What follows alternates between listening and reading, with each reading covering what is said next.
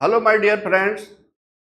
मैं राजेश गोस्वामी, पुणे इंस्टीट्यूट का डायरेक्टर, आज एनआईएस के बारे में कुछ इन्फॉर्मेशन देना चाहता हूं।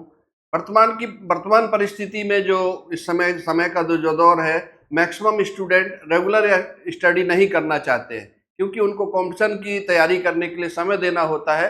तो 10th के बाद जनरली बच्चे रेगुलर एजुकेशन नहीं करते हैं और आजकल तो एक नया कॉन्सेप्ट है कि गार्जियंस बच्चों को 5वीं क्लास के बाद भी कॉम्पिटिशन की तैयारी के लिए उनको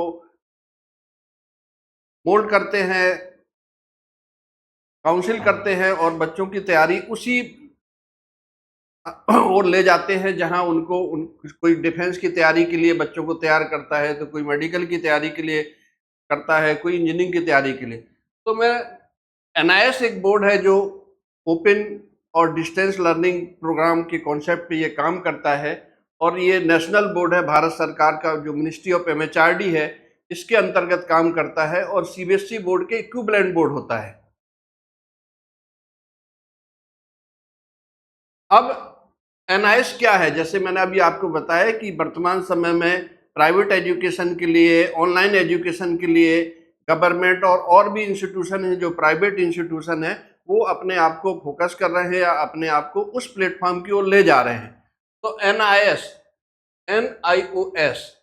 इसका जो पूरा नाम है national institute of open schooling. Hindi में अगर कहेंगे तो राष्ट्रीय मुक्त शिक्षण संस्थान, विद्यालयीन शिक्षण संस्थान। ये भारत सरकार का अपना बोर्ड है, फुली गवर्नमेंट बोर्ड है और सीबीएसई बोर्ड के इक्विवेलेंट काम करता है। मुख्य रूप से इसका जो वर्क करने का उद्देश्य है ओपन और डिस्टेंस लर्निंग के कॉन्सेप्ट पे ये काम करता है।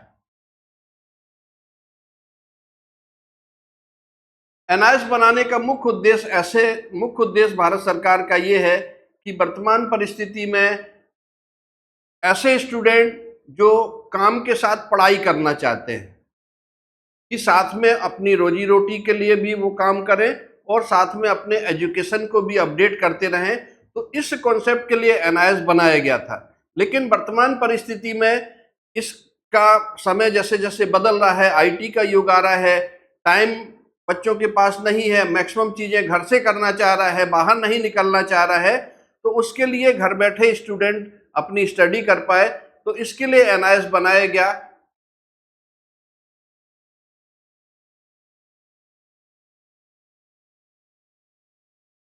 अब एनआईएस की मान्यता कहां से है? तो जिस तरह से अन्य बोर्ड है भारत में, नेशनल स्तर के 3 बोर्ड काम कर रहे हैं। एक तो सीबीएसई के बोर्ड के बारे में सब लोग जानते हैं, दूसरा आईसीएसई बोर्ड के बारे में सब लोग जानते हैं और तीसरा बोर्ड जो है ये NIOS, national institute open schooling. Bharat सरकार का जो एक मिनिस्ट्री है, डिपार्टमेंट है, मिनिस्ट्री ऑफ एमएचआरडी, मानव संसाधन विकास मंत्रालय, इसके अंतर्गत ये काम करता है।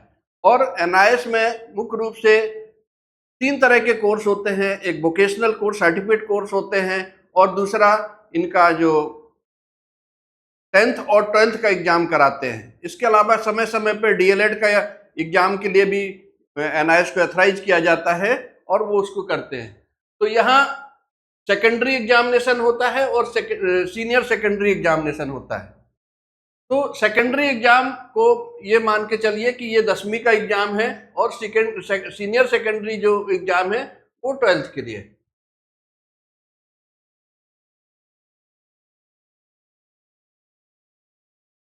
अब बात आती है कि 10th और 12th में अगर हमें एडमिशन एनआईएस में लेना है तो हमें अपनी जो न्यूनतम हमारी एलिजिबिलिटी है, हमारी क्वालिफिकेशन क्या होना चाहिए। तो भारत सरकार ये कहती है, क्योंकि बोर्ड बनाने का जो उद्देश्य है ऐसे लोगों के एडमिशन करने का उद्देश्य था जो काम के साथ में पढ़ाई करना चाहते हैं। तो अगर कुछ ऐसे लोग हैं जिनकी परिस्थिति पढ़ने के समय उनके पास पैसा नहीं था, नहीं पढ़ पाए और समय निकल गया, फिर इसके बाद पढ़ने की उनकी इच्छा हुई, तो ऐसे लोगों के लिए 10th में एडमिशन के लिए क्या एलिजिबिलिटी होनी चाहिए? तो सामान्य परिस्थिति में तो एडमिशन 8th पास स्टूडेंट 1 साल के गैप होने के बाद 10th में एडमिशन ले सकता है। लेकिन इसकी कुछ विशेष परिस्थितियां ऐसी हैं कि ऐसे स्टूडेंटों का भी एडमिशन होगा जो 14 साल की उम्र पूरी कर चुके हों और लिखना पढ़ना आना हो। अगर वो लिखने पढ़ने में सक्षम है, एलिजिबल है, तो वो 10th में एडमिशन ले सकते हैं। अर्थात हम ये कह सकते हैं कि 10th में एडमिशन लेने के लिए किसी तरह की कोई एलिजिबिलिटी की जरूरत नहीं है, बस एज लिमिटेशन है। 14 साल की उम्र अगर आपकी पूरी हो गई है तो आप 10th में एडमिशन ले सकते हैं। अब दूसरा सीनियर सेकेंडरी मतलब 10+2 12th लेवल का जो एडमिशन है, इसके लिए हम एडमिशन के लिए क्या करेंगे? तो इसके लिए जनरली जो सेकेंडरी एग्जामिनेशन है, 10th एग्जाम किसी भी रिकॉग्नाइज बोर्ड से हो, चाहे वो सीबीएसई बोर्ड से हो, चाहे वो आईसीएसई बोर्ड से हो, या हमारे जितने भी स्टेट है, स्टेट का अपना एक स्टेट बोर्ड होता है जो स्टेट गवर्नमेंट से रिकॉग्नाइज होता है, अगर वहां से 10th करके आए तो वो 12th में एडमिशन ले सकते हैं।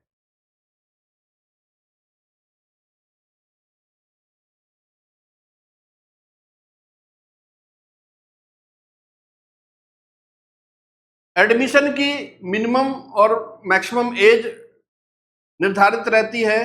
तो एनआईएस में मैक्सिमम एज किसी भी कोर्स के लिए, चाहे 10th में एडमिशन लें, चाहे 12th में एडमिशन लें, चाहे तो आप वोकेशनल कोर्स में लें, मिनिमम एज तो है कि 14 साल की उम्र के बाद ही आपका एडमिशन होगा, चाहे वो 10th का एडमिशन हो, चाहे वो 12th का एडमिशन हो।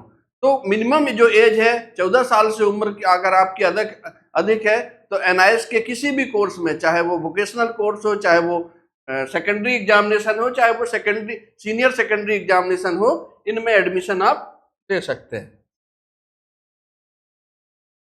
अब एनआईएस के किसके लिए यूजफुल हो सकता है? जैसे मैंने अभी कुछ देर पहले आपको बताया थी कि वर्तमान समय में समय का अभाव है, मैक्सिमम चीजें लोगों को घर बैठे आ रही हैं, घर बैठे पहुंच रही हैं, चाहे वो खाने का सामान हो, चाहे वो पढ़ाई की चीजें हो, चाहे वो डेली यूज की चीजें हो, चाहे वो आपको होम अप्लायंसेस हो, सारी चीजें कंपनियां मैक्सिमम ये कर रही हैं कि कंज्यूमर के घर पे पहुंचा रही हैं। तो इसी तरह से एजुकेशन में भी अब ये परिवर्तन आया है कि सारी चीजें घर पे आने लगी हैं। यूट्यूब चैनल आ गए हैं, लोगों के अपने यूनिवर्सिटियां हैं, करस्पॉन्डेंट कोर्स है, तो इनके माध्यम से भी ये कोर्स, तो एनआईएस भी इसी कॉन्सेप्ट पे काम कर रहा है कि आपको रेगुलर स्कूल में ना जाना पड़े, स्कूल की काफी महंगी फीस होती है वो भी ना देना पड़े, और कम फीस में आपको बेहतर चीजें मिल पाए। तो एनआईएस ये घर बैठे एजुकेशन आपको देने के लिए तैयारी कर रही है, तैयार कर रही है, और बच्चे पढ़ाई कर रहे हैं। वर्तमान समय में जो बच्चे डमी स्टूडेंट होते हैं, इंजीनियरिंग और मेडिकल रूप में विशेष रूप से, कुछ बच्चे 8वीं के बाद स्कूल नहीं जाना चाहते हैं, कुछ बच्चे 10वीं के बाद स्कूल नहीं जाना चाहते हैं। ऐसे स्टूडेंटों के लिए एक लीगल विकल्प है। नहीं, बहुत से बच्चे सीबीएसई बोर्ड या आईसीएसई बोर्ड के स्कूलों को देखते हैं जहां अपना रजिस्ट्रेशन तो करा लेते हैं, लेकिन वहां स्कूल नहीं जाते हैं और वो आगे लास्ट में एग्जाम देने वहां पहुंचते हैं। लेकिन एनआईएस वो एक इनलीगल प्रक्रिया है। लीगल प्रक्रिया जो है, एनआईएस बोर्ड में अगर आप एडमिशन लेंगे तो यहाँ क्लास की कोई बाध्यता नहीं है। क्लास की बाध्यता ना होने से, और इसमें डायरेक्ट एक प्रैक्टिकल एग्जाम होते हैं और थ्योरी का एग्जाम होता है, और इसके बाद बच्चों को रिजल्ट मिल जाते हैं। और जो सीबीएसई पैटर्न है, एनसीईआरटी जो पैटर्न है, इसी कॉन्सेप्ट पे इसका सिलेबस काम करता है, और सीबीएसई बोर्ड के इक्विवेलेंट इसकी मार्कशीट होती। जहां जहां सीबीएसई बोर्ड की मार्कशीट एक्सेप्ट होगी, वहां एनआईएस बोर्ड की भी मार्कशीट एक्सेप्ट होगी। अब बात आती है कि एनआईएस में एडमिशन कैसे हो सकता है। तो इसमें एडमिशन ऑनलाइन होता है।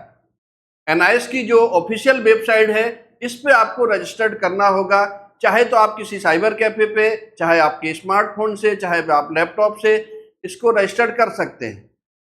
कुछ ऐसे एथराइज सेंटर होते हैं जहां भी स्टूडेंट सपोर्ट सेल होता है, वो भी इसमें एडमिशन कर सकते हैं। तो हमारा पुणे इंस्टीट्यूट ऑफ मैनेजमेंट भी एनआईएस में स्टूडेंट सपोर्ट देता है, और हमारी संस्था में भी आके एडमिशन ले सकते हैं। बाकी अगर आप डायरेक्ट ले जाएं, एडमिशन करना चाहते हैं, तो एनआईएस की जो ऑफिशियल वेबसाइट है, इस पे जाके अपना रजिस्ट्रेशन कर सकते हैं।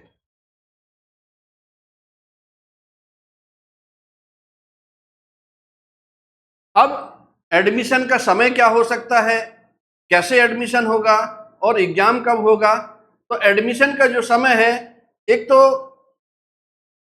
मार्च से एडमिशन शुरू होते, 1 अप्रैल से एडमिशन शुरू होते हैं और अगस्त तक एडमिशन चलते हैं। फिर एक एडमिशन 1 सितंबर से शुरू होते हैं और 31 मार्च तक एडमिशन होते हैं, तो इनके 2 बार एडमिशन होते हैं। एक तो इनका अप्रैल से लेके अगस्त तक एडमिशन होता है और एक फिर सितंबर से लेके 31 मार्च तक इनके एडमिशन चलते हैं। अब एग्जाम का पैटर्न क्या होगा, तो इनका एग्जाम ऑफलाइन होता है और रिटन एग्जाम होता है। सब्जेक्ट सिलेक्शन की बात जहां तक है तो ये एनसीईआरटी पैटर्न को फॉलो करते हैं। मिनिमम 5 पेपर का परसेंटेज जोड़ा जाएगा, मैक्सिमम 7 पेपर भी एक बार के एग्जाम में दे सकते हैं। एनआईएस ये कहती है कि 3 सब्जेक्ट का तो कम से कम एग्जाम आपको हमारे सिलेबस को फॉलो करना पड़ेगा, हमारे सिलेबस को देना पड़ेगा, तब हम अपनी मार्कशीट आपको देंगे। 2 सब्जेक्ट आप ट्रांसफर कर सकते हैं, टीओसी कर सकते हैं और 3 पेपर आपको देना होगा। परसेंटेज निकालने के लिए बेस्ट ऑफ 5 का कॉन्सेप्ट होता है। अगर आपने 7 पेपर भी दिए हैं, अगर परसेंटेज कहीं आपको निकालनी होगी या कहीं भेजना होगा, तो 5 सब्जेक्ट में जो मैक्सिमम मार्क्स होंगे उनका एवरेज निकाला जाता है।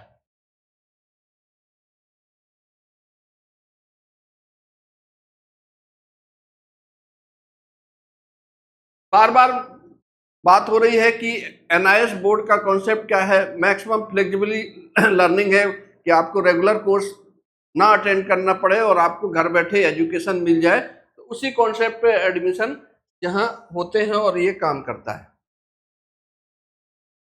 अब इसका जैसे रजिस्ट्रेशन की बात हुई थी, इसका एनआईएस में अगर किसी भी कोर्स में आप रजिस्ट्रेशन करते हैं या करवाते हैं, तो इसका जो लाइफ है वो 5 ईयर होती है। 5 साल इसकी लाइफ होती है। 5 ईयर में वो कोर्स आपको कंप्लीट करना होता है।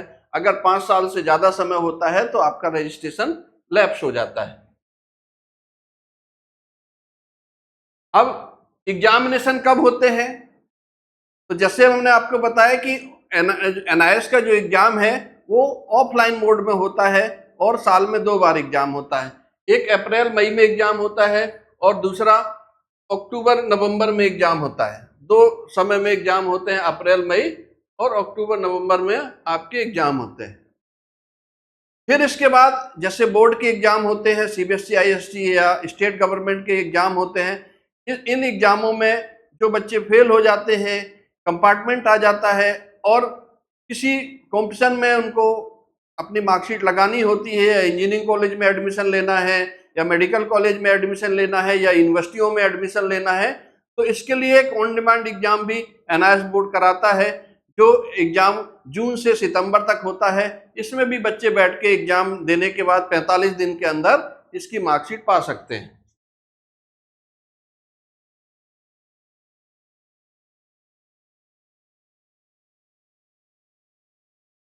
तो ये एक एनआईएस के बारे में जो हमारे पास जानकारी थी मैंने आपकी दी।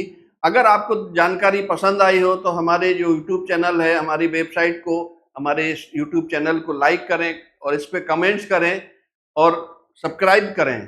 कमेंट्स हमें विशेष रूप से आपके चाहिए। अगर आप हमें कुछ सजेशन देते हैं तो हम अपनी गलतियों को सुधार सकते हैं। तो कमेंट्स हमें जरूर भेजें कि इसमें हम क्या कर सकते हैं और अच्छा कैसे बेहतर बना सकते हैं। इसके लिए कमेंट्स हमें जरूर दें। जय हिंद।